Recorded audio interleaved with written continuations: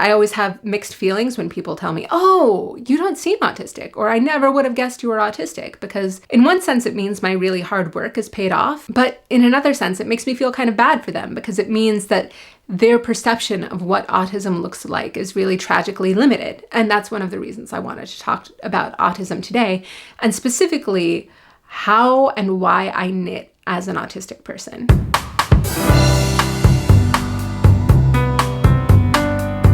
Hey friends, so we talk about life a lot on this channel. I've told you a lot about my husband. I've told you that I'm bad at knitting. I've told you that I have a yarn obsession problem, ? I've told you that I'm a video game designer. One thing that I've mentioned in passing that I wanted to talk about in detail during today's Knit and Chat is the fact that I'm autistic. So before we get into it, I want to show you what I'm knitting today. This is the Christian scarf by Agnes Kutas.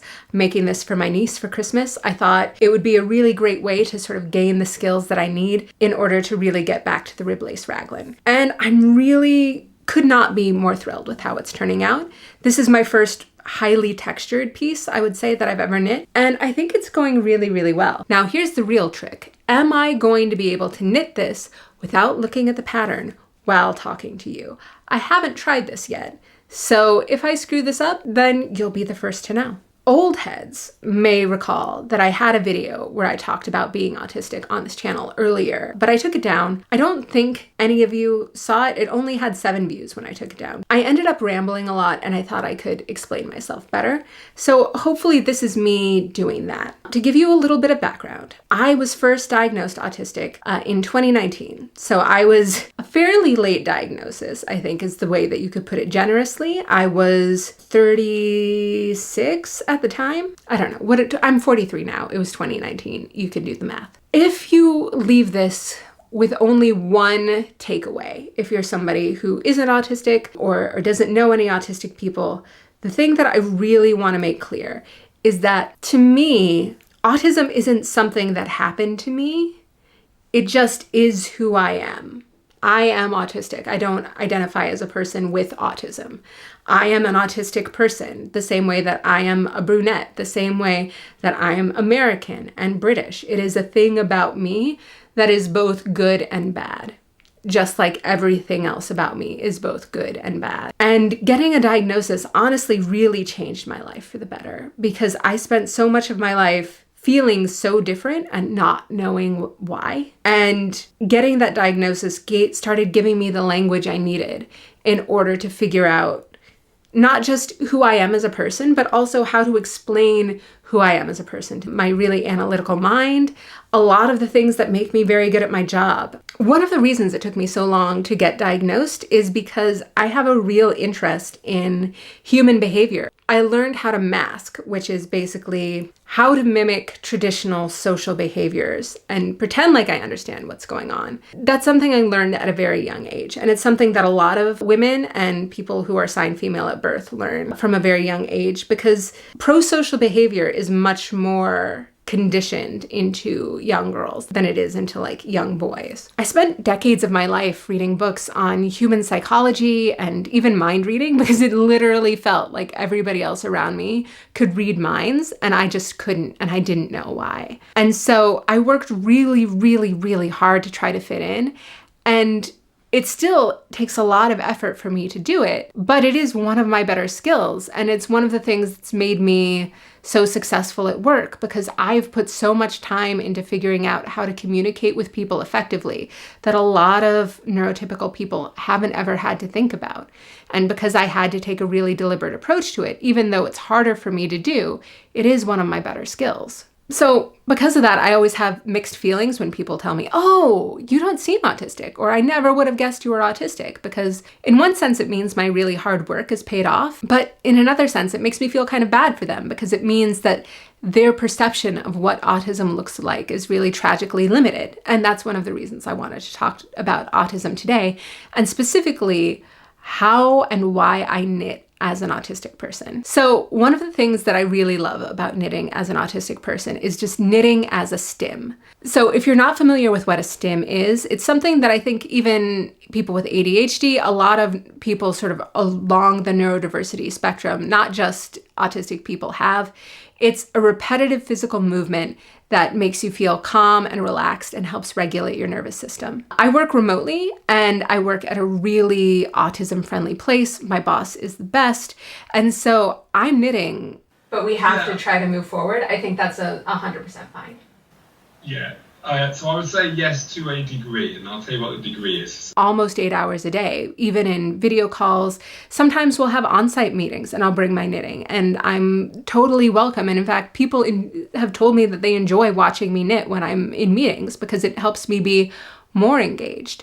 And so I'm really, really thankful that I work at a place that is relaxed enough and accepting enough that they understand that being able to knit with my hands while I'm paying attention in a meeting makes me more available and more engaged and more present. And it's not something that's distracting, at least as long as I'm doing simple stockinette. I find that for stimming purposes, staying on stockinette island is the absolute best possible thing for me because I don't have to pay conscious attention to what it is I'm knitting.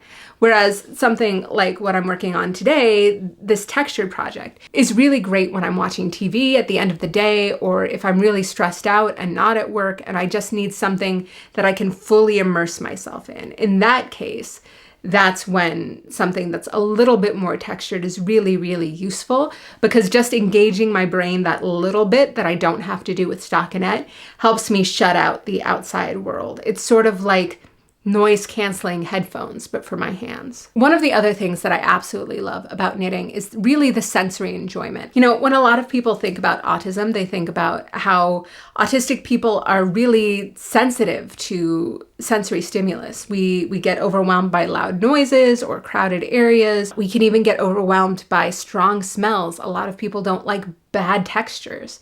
And all of that is true. All of that is 100% true. But because we're so affected by the sensory stimuli that's all around us, that means we get that much more enjoyment out of positive sensory stimuli. So I feel music with my whole body when I'm working with a really soft, wonderful cashmere blend yarn. Feeling it makes me happy. Looking at beautiful colors of yarn fills me with joy. There's so much great sensory stuff that happens in knitting that it makes it a real wonderland for me. I mean, honestly, one of my favorite things about knitting, row counters. These show up on every list of things that people say that you need for knitting and you don't need. And maybe it's true. Maybe you don't need them. We could be living off of protein bars and bland Huel supplements all day. You don't need handmade pasta in an incredible sauce. You don't need a row counter, but if you have a chance to put a little bit of joy in your life, why wouldn't you? Because when I click this, and what the hell, I'm at 150, so I'll remember that. The weight, the heft, and then this. Oh yeah, you hear that? Oh my God, and you can feel the counter going up in your hand when you press it down. It's just so satisfying. And then, oh no, I was at 150 and now I'm at 161. Oh, that's really great. And now I'm gonna have to click it 150 times. But you know what? I'm gonna look forward to clicking it 150 times because it's freaking great. Everything about the way that I have set up my life when it comes to knitting is all about providing me the maximal sensory joy. I switched to Chiaogu needles very early on because the sensory joy of just feeling the stitches slipping works so much better for me than the drag that you get with wooden needles. And I know some people really like that friction. Maybe for some people that friction is something that provides them sensory joy, but I will always choose the thing that makes me feel better sensorially, I guess, for lack of a better way to put it. And there are so many different, beautiful, tactile, auditory things about knitting that I just absolutely fell in love the first time that I sat down to knit. There's so many cool things about it. And there are other physical crafts I would love to take up. I like the idea of pottery. I worry that clay might be a little too goopy for me. I don't know how I feel about that. And I'm gonna find out at some point. I don't like the way that paint smells all the time. Like, there are some sensory things that make some crafts that I would otherwise be very interested in a little bit off-putting for me. But everything sensorially about knitting is something that I love. But I do also face some pretty serious challenges when it comes to knitting as an autistic person. The biggest is not something that's true for every autistic person, but it's true for a lot of us and is definitely true of me, which is that I have something called aphantasia, which means I close my eyes and you ask me to envision an apple, I just see blackness. I don't have a mind's eye. I can't imagine what something's going to look like. In a lot of ways, this is really cool when I'm knitting. For example, I only saw the Christian scarf in gray and in red. They weren't even tonal. I never saw it in a variegated yarn. I didn't quite know how this variegated yarn was going to work up in this pattern. And it was so cool to see the way that it's turning out and to see that you can still really read the texture, but the way that the light and the dark in the yarn plays with the texture is just lovely.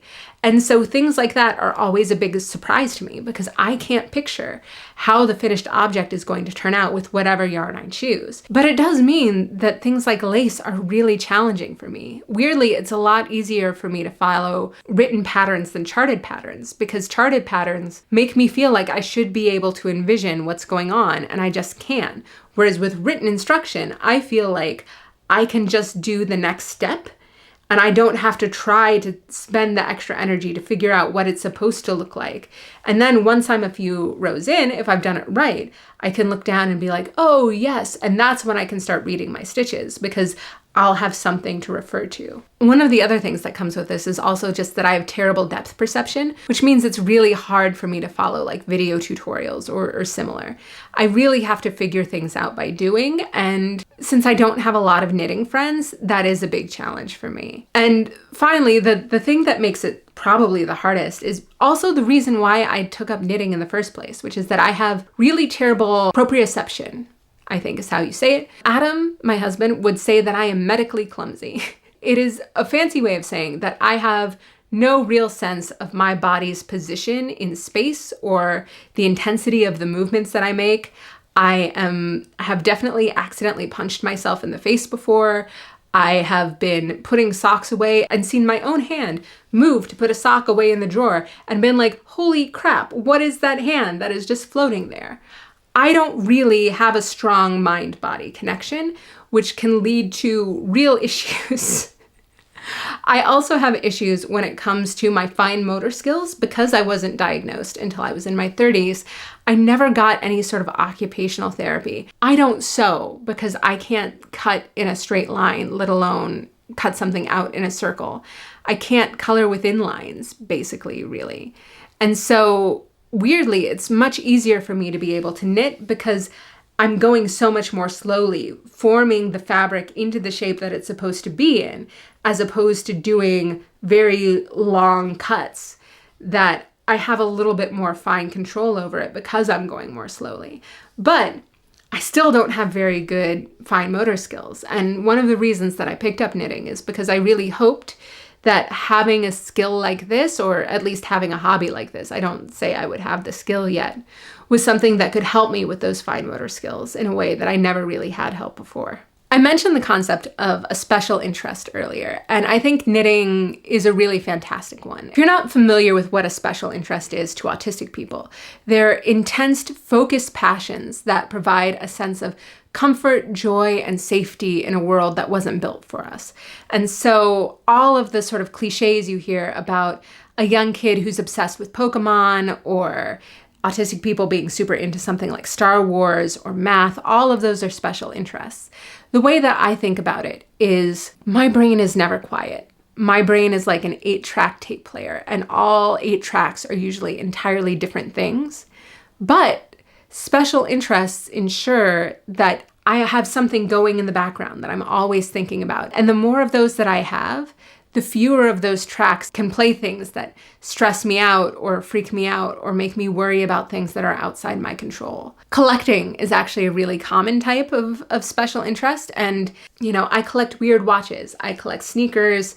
I collect vinyl. I love collecting. I collect yarn. I just love collecting things. And there was this great interview on a watch collecting channel with the musician John Mayer, who was talking about sort of his obsession with collecting things. And I think he nailed the idea of collection as a special interest and what it does for my mind better than anybody else I've ever heard talking about it. These are little chambers for our curiosity and the thought energy we have. I have thousands of thoughts a day, thousands and thousands and thousands and thousands. And this is a place to put all that energy. That's why I like collecting yarn and doing deep dives on fiber types and and what different properties different types of fiber have, and why I love collecting in general. They're all things where I can put my energy. They're all things that even if I'm not engaging in my hobby at that moment, I can think about recreationally. And that makes me feel like I'm doing it even in times that I can't. A really great self-soothing strategy I have is just to think about my special interests, even if I'm in a position where I can't pick up my knitting at that moment. Would I like knitting as much if I weren't autistic? I honestly don't care about the answer to that question, because it's basically asking me, would I have the same interests if I were a completely different person? I don't know. There's no real point in asking that question. This is the thing that I really want to make sure people understand. Being autistic has definitely caused a lot of challenges in my life, but it has also been the source of so much joy. Now, don't get me wrong. Being autistic has definitely caused a lot of challenges in my life, but I personally would not trade any of those challenges for the boundless capacity for enthusiasm and curiosity and joy that being autistic has given me. I also have an autistic kid who's afraid of some of the things that I really enjoy, like being on YouTube, and has even deeper and more intense special interests in things like kids' cartoons and playing certain video games and learning languages. I think in popular culture, there's this preconceived notion of what an autistic person is, and that it's somebody who's very naive and childlike and awkward in social situations. And occasionally it's somebody who's like a very blunt asshole who doesn't care about social norms, but is secretly a genius. And there's as many different types of autistic people as there are just types of people. And I don't even want to get into all the real assholes out there who get accused of sexual harassment or sexual assault or weird Nazi shit and then say that it was because they're autistic. Like, that's not true. That's just you being gross. Like, that has nothing to do with being autistic. I just want to make it clear that autism can look like a bunch of different things, and who knows, like maybe it'll look like you. One of my best friends is the kind of autistic where their favorite stim is lifting up weights and putting them back down because they like the way that it feels with their muscles. Like, being a gym rat autistic person is a very recognized type of autistic person in our community. There's so many different ways to be autistic, and it is a fundamental part of who I am and why I love this hobby. And so I thought it would be worth sharing a little bit about my experiences and why that is with you. And if all the media ever shows you are the struggles, it's really easy to miss the joy and dignity and value that all autistic lives can have if the autistic people living them are treated with dignity and value in return. So on that note, I know this was a little bit different. I hope you enjoyed it. If you did, please do like and subscribe. And I upload a new video every Saturday, usually a little bit more about knitting than this, but this is a fundamental part of who I am and why I love knitting, and so I really wanted to share it with you. I hope you enjoyed it. Thank you so much. Have a great day, and I'll talk to you soon. Bye.